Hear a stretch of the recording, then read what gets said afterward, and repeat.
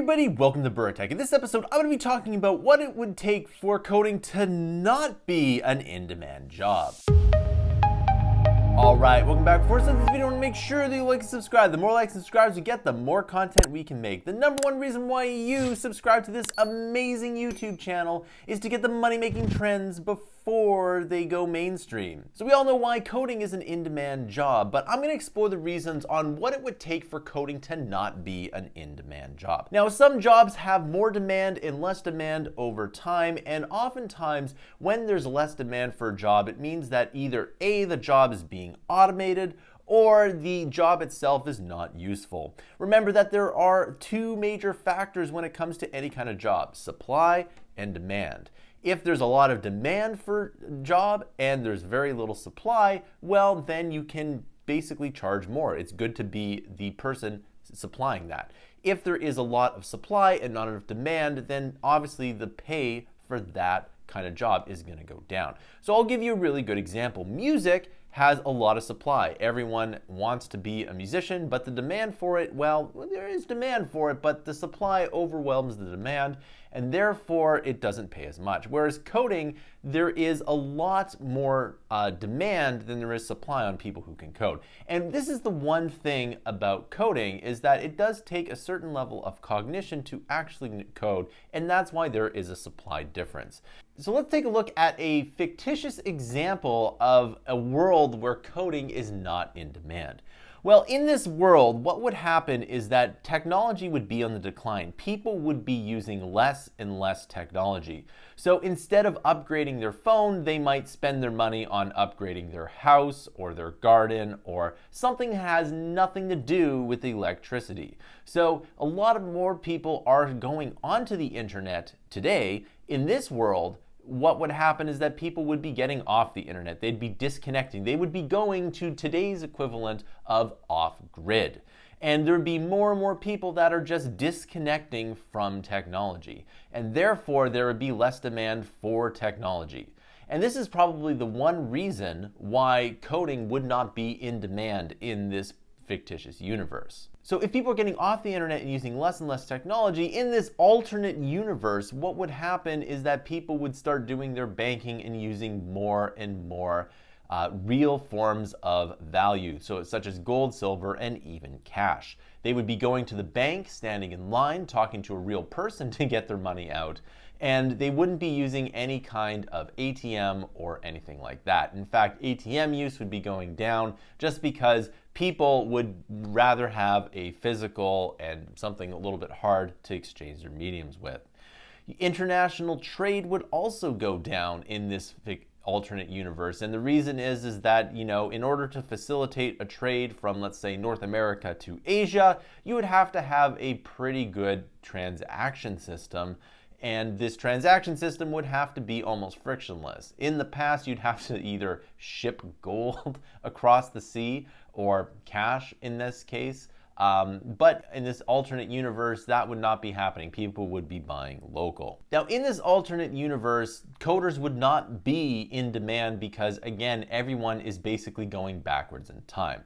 So as you can see, this is probably very unlikely to happen. More and more people are going on the internet. More and more transactions are being used in a frictionless way like crypto. And more people are embracing technology.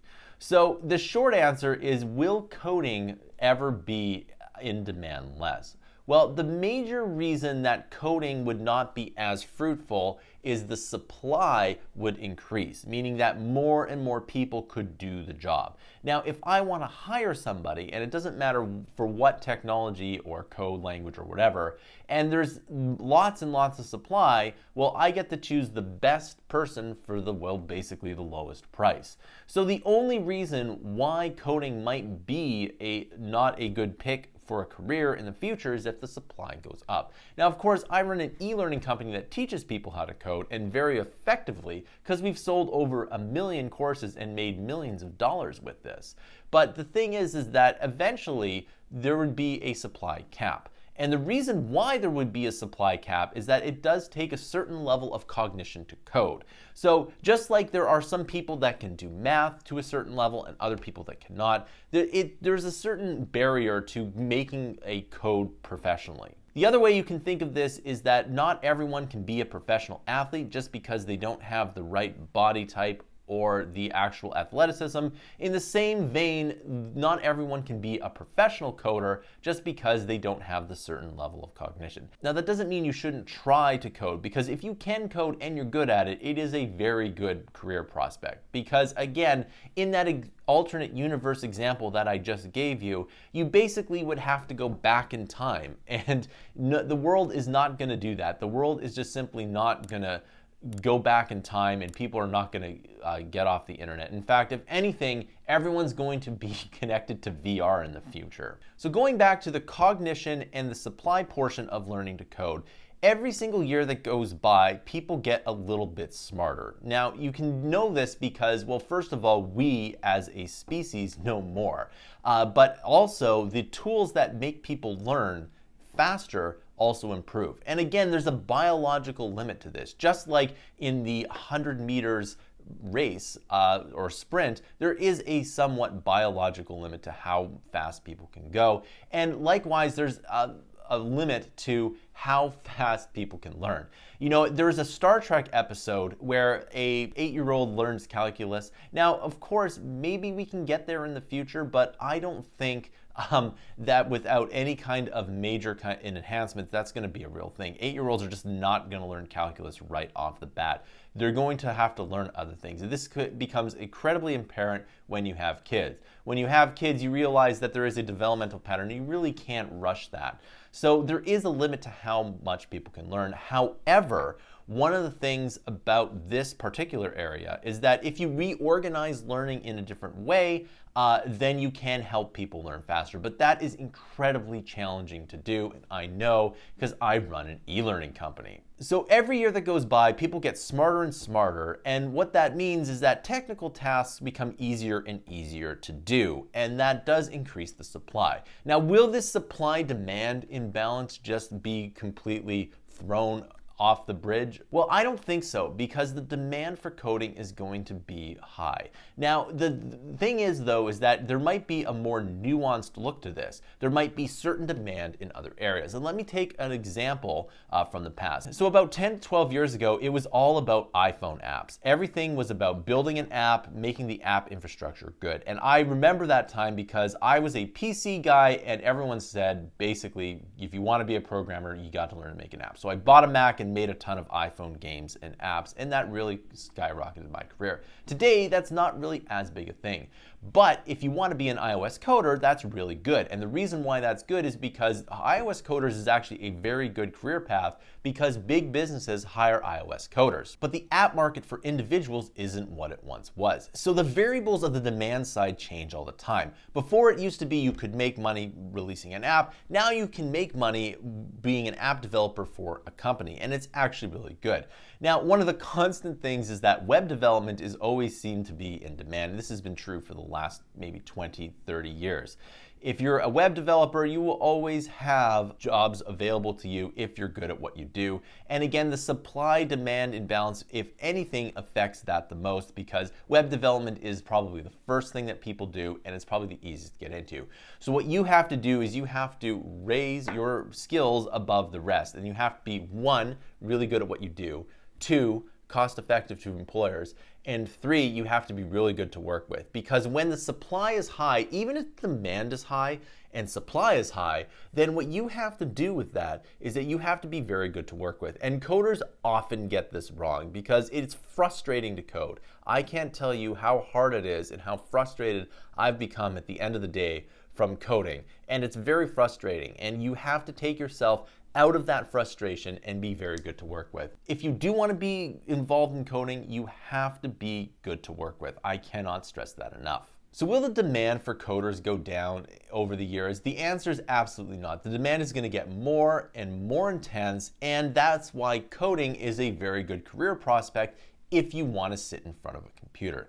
Now, I've met a lot of people who are really smart and would be very good coders, but they just don't want to sit in front of a computer. And if that's you, that's fine. There's a lot of other jobs that you can do. You don't have to learn to code. You don't have to get a job coding, but it is a really good thing to do, and it's a very good career to have, in my opinion. If you want to think of it another way, learning to code is kind of like being a mechanic. And if you think of it, well, are there going to be more cars on the road in the future? Well, there might be a few less cars, or there might be the same amount of cars, but there's going to be cars for you to do a job. And the same thing's going to happen with computers and programming. There's going to be jobs for you in the future. Now, the only way that coding is going to be less in demand is if humanity walks backwards and starts rejecting technology, and I just don't see that happening. Now, it could happen, but I really don't see that happening. If it does, it will happen in a small portion of the population. So one thing that can happen is that a solar flare can happen, and there could be a mild solar flare or a big solar flare, and that meaning you as the coder might be out of work for a while. Now that would be just a massive blip, and it wouldn't be something that's long-term. The long-term trend, if you want to think about maybe 10, 20, 30 years in the future, is going to be coding is still going to be a viable career. However, it might not be as good of a career as it was, let's say, 10 years ago, when the supply-demand imbalance was definitely in the demand favor and the supply wasn't there. And I know that because that's when I started my e-learning company, when people needed to learn to code, and because of that supply imbalance. All right, so that concludes this video. I want to know your comments down below. Will coding be a not good career in the future? Please let me know in the comments down below. If you really like this channel, you can subscribe to my e-learning company, Mammoth Interactive. Our goal is to get to 10,000 paid subscribers. We release 20 to 60 hours of fresh new content per month, every single month.